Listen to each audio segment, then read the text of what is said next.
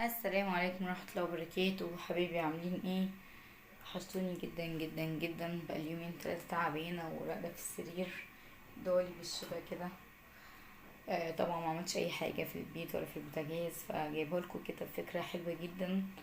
هنعصر الليمون على عيون البوتاجاز. لو العيون مسدودة مش عايز تولع، عندنا العين اللي في النص دي مش عايز تشتغل، اهو هجربها معاكم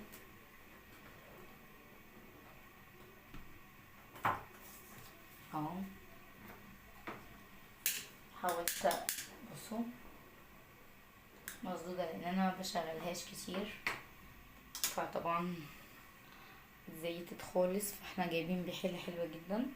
هنعصر الليمون كده بالشكل ده زي ما انتم شايفين على عيون البوتاجاز بالشكل ده كده، وهنعمل على كل العيون اهو.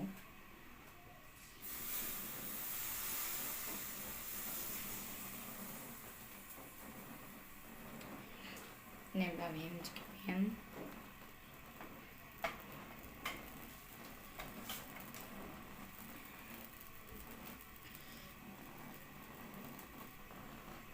هنعصر كده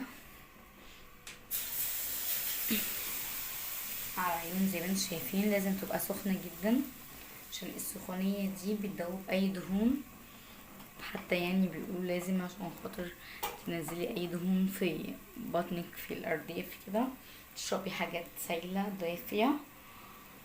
هنعمل على العين الاخيرة بالشكل اللي انت شايفاه ده. اهم حاجة بقى العين في النص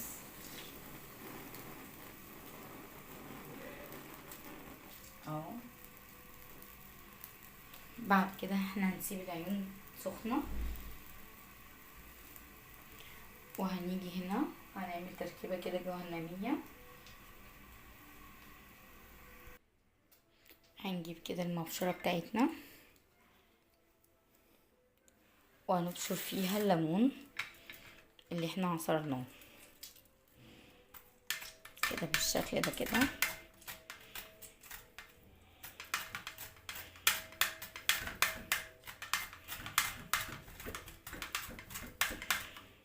بصوا مش هنخلي في اي حاجة، خليط بقى من الليمون على القشر. الوصفة دي جهنمية بجد، دوب اي دهون عندك في مطبخك، في حيطان، في بوتاجاز. كلنا بيجيلنا وقت ما بيبقاش قادرين نقوم، تعبانين، عندنا ظروف، امتحانات اولاد، يعني محدش يخش يقول لي المفروض البوتاجاز يبقى نضيف على طول. لا، في ظروف بتحصل. طبعا النظافة مطلوبة على طول وكلنا بننضف على طول، بس في ظروف بتحصل للواحد بيقدرش يقوم من على السرير. نجيب التانية كده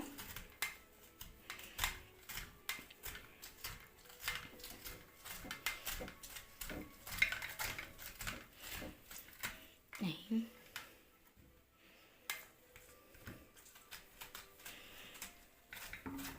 طبعا احنا سايبين النار شغالة، بس احنا عملنا كمية اهيت. وانتظرونا فيديو جديد جدا حصري بجد، ترند هيعجبكم جدا. لو مرة يشوفني ياريت اشتراك كده ولايك، متبقيش بخيلة واعملي لايك. بس هنحط هنا ده ملح ليمون، ده كربونات صوديوم، حبة خل بقى اللي هيدي فوران رهيب بالشكل اللي انتوا شايفينه ده. بالمعلقة بقى الجميلة بتاعتنا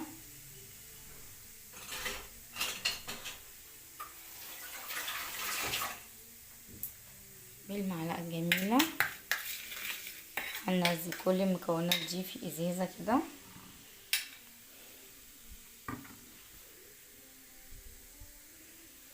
اهو، يبقوا مع احسن.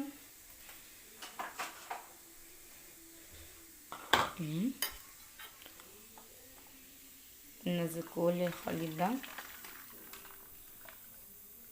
الخليط الرهيب ده اللي هنحطه على عيون البوتاجاز.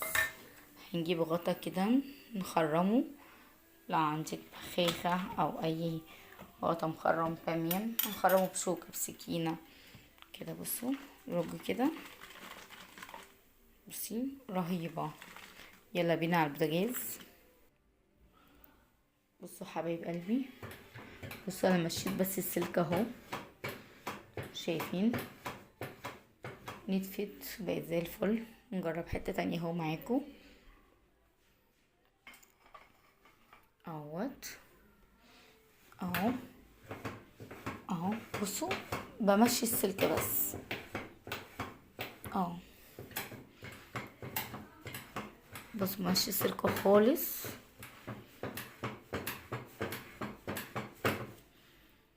اهو. نشيل دي كده. بصوا السخونية مع المكون الرهيب، كربوناته على ملح الليمون على الليمون نفسه على الخل. بصوا انا بمشي السلك على فكرة زي ما انتم شايفين، بصوا مش موقفة اهو. بصوا بمشي بس السلك اهو يا جماعة، انا بعمل من بعيد كمان مش مقربة. بصوا اهو في ثانية في ثانية. بصوا شيل كل الوسخ اهو. بصوا في ثانية دهون طلعت معانا من غير اي تعب، من غير اي دعك، من غير اي حاجات تكلفة خالص. شايفين اهو. بصوا العين جوه نضيفة ازاي عشان احنا ايدينا فيها على طول اهو اهو. بصي العين نتفت معانا بقت زي الفل ازاي.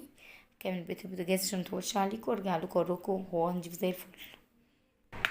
وهنا بقى يا حبايب قلبي بعد ما خلصنا خلاص البوتاجاز بتاعنا مخدش مننا اي وقت خالص. بصوا العيون نتفت وبقت بتبرق زي الاول بالظبط واحسن كمان، شايفين. واهم حاجه بقى عندي عقدتي اللي كانت العين اللي في النص دي مكانتش بتشتغل خالص. طبعا بعد ما نضفناها وظبطناها خالص لان مكنتش بستخدمها، بس قلت ليه يبقى عندي عين وانا مش بستخدمها، فقلت بقى بالحيله بتاعت النهارده الجميله دي هنشغل كده اهو نوريها لكم. كانت طبعا شفتوا في الاول فيديو مكانتش تشتغل. بصوا دلوقتي، بصوا ما شاء الله اشتغلت ازاي وبقت زي الفل. بصوا العيون كمان، بصوا الفتحة بتاعتها نتفت خالص ومبقتش شايف فيها اي زيوت ولا اي دهون خالص. فبنصحكم جدا بالوصفة دي بجد جميلة جدا، واحسن حاجة تعملوها ان انتوا تغسلوا بوتاجازكم وهو لسه سخن. دي كانت الحيلة بتاعتنا النهاردة والفكرة بتاعتنا. يا رب تكون عجبتكم. وكمان انا عندي الاشعال ما كانش شغال، بصوا اهو بالاشعال اهو، بصوا شايفين اشتغل تمام جدا، كانش راضي يشتغل. ف اشوفكم في فيديو جديد، ويا ريت ما تبخلوش عليا بلايك، وارفعوا الفيديو ده بلايك اكتر ما يمكن، وتعليقاتكم الجميله كومنتاتكم الحلوه. اشوفكم في فيديو جديد، واشوفكم على خير حبايب قلبي، والسلام عليكم ورحمه الله وبركاته.